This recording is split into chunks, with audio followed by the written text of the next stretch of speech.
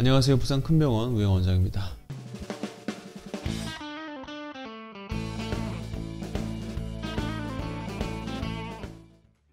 이번에 가져온 케이스는 보존적 치료했던 케이스 가져봤는데요. 허리 수술을 받고 무릎과 발가락, 발목 등이 아파서 내원하셨던 환자분 케이스입니다. 보통 수술하고 다리 쪽으로, 하지 쪽으로 증상이 생기면은 수술이 잘못되지 않았나 뭐 이렇게 생각하시면서 주치의에 대해서 불평, 불만을 호소하시는 분들이 가끔 있는데, 이런 분들 외에 대부분 환자분들은 수술 이후에 경과가 대부분 좋으시고 안 좋더라도 다른 원인이 가끔 생기는 경우가 있으니까 이에 대해서 한번 같이 보도록 하시겠습니다. 허리 수술하고 괜찮다가 급격하게 팔다리가 붓거나 발가락 붓는 증상, 보통 발가락 부으면 통풍도 의심해 볼 수 있고, 저는 이제 류마티스 계통 질환을 의심해 보는데, 수술을 했다면 또 환자분을 이제 설득, 그러니까 이 확실한 원인 자체를 찾기 위한 과정이 좀 필요하게 되는 거죠. 이분도 저한테 허리 수술 받으셨던 분입니다. 3주째 괜찮고 계속 괜찮다가 염증 수치가 안 떨어져 가지고 계속 체크했었는데, 한 수술 후 2달 정도 지나서 양쪽 무릎이 너무 아프고 발가락이 붓고 잘 못 걸은 상태로 내원하셨습니다. 엉치도 많이 아프시고요. 입원을 해서 시행했는데, 고정 수술했던 부위 자체는 이상이 없었습니다.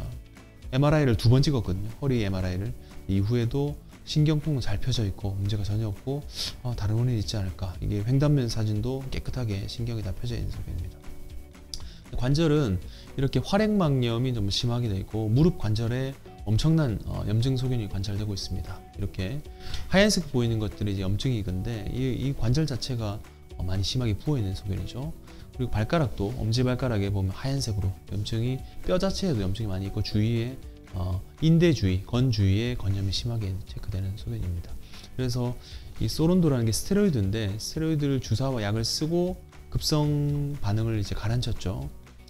환자분은 이 주사 치료 이후에 증상이 많이 호전돼 가지고 현재는 약물 치료만 유지하고 있는데, 결과적으로 이게 허리 수술하고 2달째 된 너무 아프다, 다리가 너무 아프고 무릎도 아프고 발도 아프다, 이 자체가 허리에 문제가 있는 것이 아닌가.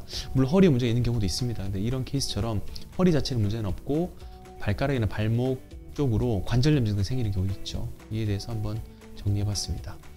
서울대에서 이제 공개하고 있는 사이트인데요. 반응성 관절염, 면역체계 이상이 생겨서 발생하는 염증성 관절 질환입니다.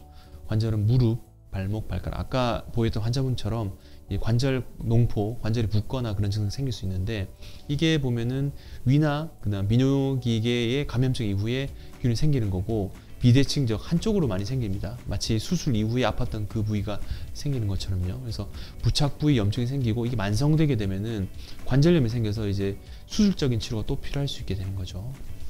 엉덩이 관절염, 척추염 등이 생길 수 있습니다. 이렇게 증상 자체는 보통 발열도 생길 수 있고 무기력증 생길 수 있는데, 아까 말씀드린 무릎과 발목, 발가락 등의 비대칭적인 관절 통증이 생길 수 있고, 이 기전 자체는 자가 면역 질환, 모두 류마티스 계통 질환이기 때문에 이 균 자체가 인체에서 면역 체계를 교란시키면서 통증을 유발하게 되는 거죠. 그래서 HLA-B27이라는 검사는 척추 질환 중에 강지성 척추염 진단하는 데도 쓸 수 있는 피검사인데, 이런 검사를 통해서 위험도를 이제 예측해 볼 수 있는 겁니다.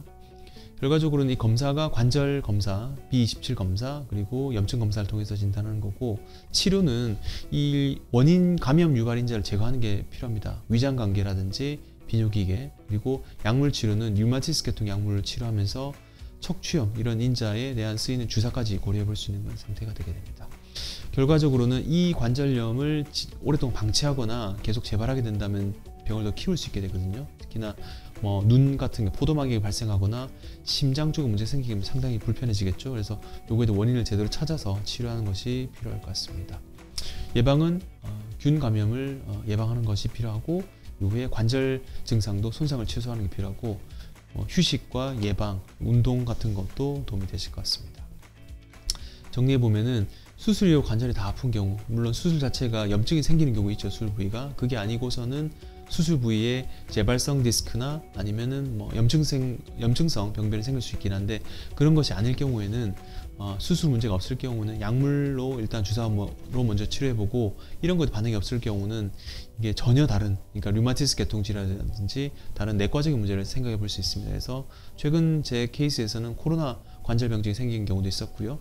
강직성 척추염과 이번 케이스처럼 반응성 관절염 케이스였거든요. 그래서 이 원인 자체가 무엇인지 먼저 체크해보고 거기에 맞춰서 치료하신다면은 불필요한 수술을 덜 수도 있고, 그리고 필요 없는 수술을 하실 필요도 없는 그런 상태가 될 것 같습니다.